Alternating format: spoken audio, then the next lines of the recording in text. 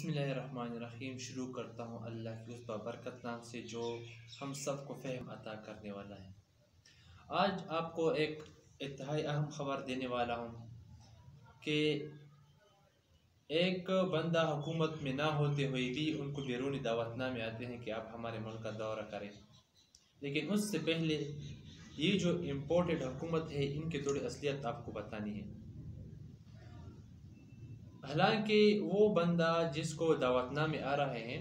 بیرونی ممالک سے وہ حکومت میں نہیں ہے، لیکن اس سے پہلے وہ انتہائی اہم ایک عہدے پر رہا ہے، پھر بھی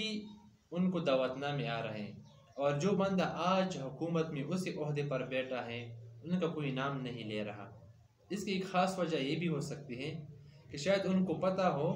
کہ یہ جو حکومت انہوں نے بنائی ہے پاکستان میں امپورٹڈ حکومت، یہ کسی کام کی نہیں ہے، یا یہاں پہ جو بندے انہوں نے بٹھائے ہیں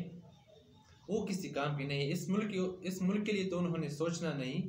بس اپنے پیسے بنانے ہیں، تو شاید اس وجہ سے وہ ان کو دعوت نامے یا دوروں پر بلاتے نہیں ہیں۔ اس سے پہلے ایک اور بات کرنی تھی کہ امپورٹڈ حکومت کی اصل حقیقت کیا ہے۔ یہ اگر دیکھا جائے تو جیسے ہی یہ امپورٹڈ حکومت بنی تو پہلی ہی روز اسمبلی میں انہوں نے تنخواہوں میں 10% اضافے کا اعلان کیا، لیکن اس کو پتہ نہیں تھا کہ اگلے چند دنوں میں ان کے ساتھ کیا ہونے والا ہے۔ ان کو جب پتہ چلا کہ یہ ملک جو چل رہا ہے، جو اس سے پہلے پی ٹی آئی کی جو حکومت اس ملک کو چلا رہے تھے، وہ انتہائی اچھی ایک بہترین طریقے سے چلا رہے تھے، لیکن اس کو ان چیزوں کا پتہ نہیں تھا، کیونکہ یہ عمران خان کی جو نعرہ تھا کہ ہم ایک نیا پاکستان بنائیں گے، اور ان امپورٹڈ حکومت کا نعرہ تھا کہ ہم اسی پرانے پاکستان میں آپ کو لے کر جائیں گے جہاں پر سب کچھ مہنگائی نہیں تھی، پیٹرول کی قیمتیں کم تھی، ڈیزل کی قیمتیں کم تھی، تو ہم آپ کو اسی پرانے پاکستان میں لے کر جائیں گے۔ پرانا پاکستان سچ میں وہی پرانا پاکستان رہا، لیکن ان کو پتہ نہیں تھا کہ عمران خان نے اس مہنگائی کے دور میں جو عالمی طور پر ایک مسئلہ بن گیا ہے، کس طریقے سے خان صاحب نے ان سب کو سنبھال رکھا تھا۔ تو جب ان کو پتہ چلا وہ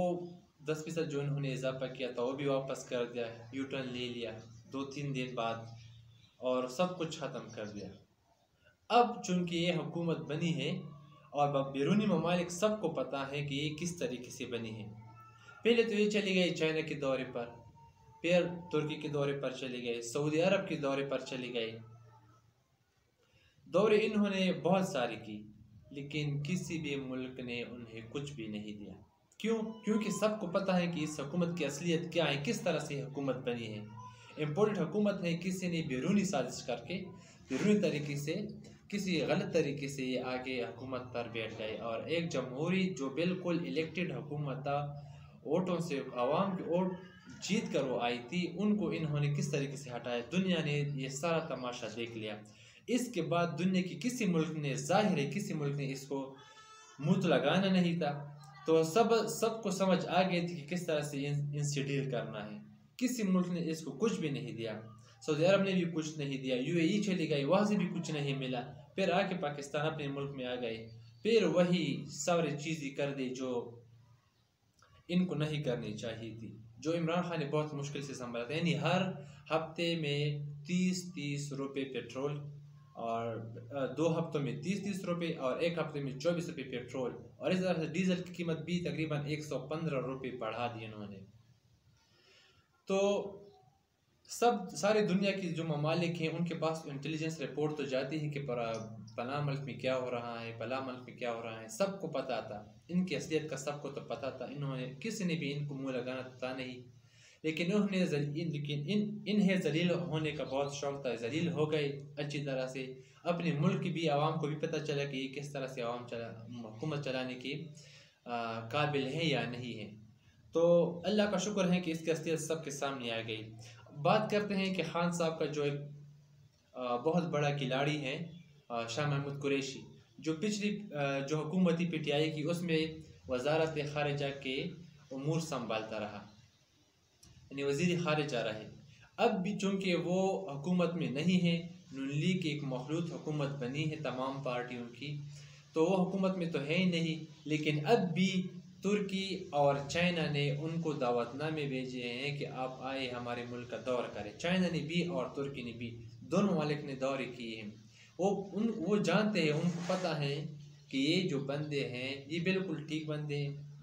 ملک کو چلانے کی کوشش کر رہے ہیں، کرپشن نہیں کر رہے ہیں۔ اگر کرپشن کر رہے ہوتے تو کوئی مقدمہ یہ حکومت بنا لیتی، کیونکہ یہ انتقام کے آگ میں اتنے جل رہے تھے کہ بس 1.5 سال رہ گئی تھی ان کی حکومت کا جو مدت تھا، وہ انہیں بھی وہ کرنے نہیں دیا، کیونکہ انہیں پتہ تھا۔ ابھی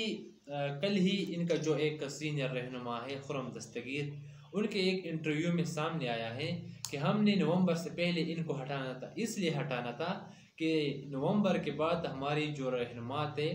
ہماری پارٹیوں کی جو رہنما تھے، مطلب شہباز شریف اور شاہد خاقان عباس جیسے دوسرے رہنما ہیں، ان کی گرفتاریاں کرنے والی تھی یہ پی ٹی آئی کی حکومت، تو ہم تو مفلوج ہو جاتے، اس کے بعد ہماری کوئی سیاست کیریئر رہتا ہی نہیں۔ تو اس وجہ سے ہم نے کوشش کی کہ کسی بھی طریقے سے جلد از جلد اس حکومت کو گھر بھیجا جائے۔ تو یہ تھی اس کی اصلیت۔ بیرونی ممالک میں بھی اور اندرونی ملک کے اندر تو سب کو پتہ چل گیا کہ یہ حکومت کس طرح چلا رہے ہیں، یہ لٹیرے، یہ چور، یہ کرپٹ حکومت اس پاکستان کے ساتھ کیا کر رہی ہے، سب کو پتہ ہے۔ انشاءاللہ اس ملک کو ان لٹیروں، چوروں اور کرپٹ لوگوں سے نجات دلائیں گے۔ اور خان صاحب نے ایک یہ بھی کہا ہے، آج چونکہ سنڈے ہے اور پورے ملک میں خان صاحب نے مہنگائی کے خلاف جو یہ لائے ہیں، اتنی مہنگائی کہ پچھلے پاکستان جب سے آزاد ہوا ہے تب سے اب تک اتنی مہنگائی نہیں ہوئی۔ جیسے یہ امپورٹڈ حکومت آ گئی، انہوں نے مہنگائی سب، پیٹرول ڈیزل کی قیمتیں، گیس، بجلی، اشیاء خوردنوشی، ساری چیزوں کے اضافہ، اتنا سب کچھ مہنگا کر دیا کہ ایک غریب آدمی کی پہنچ سے بہت دور ہو گئی۔ تو دعا ہے کہ ہمارا ملک ٹھیک ہو، سنور جائے۔ پاکستان زندہ باد، پاک آرمی زندہ باد۔ اللہ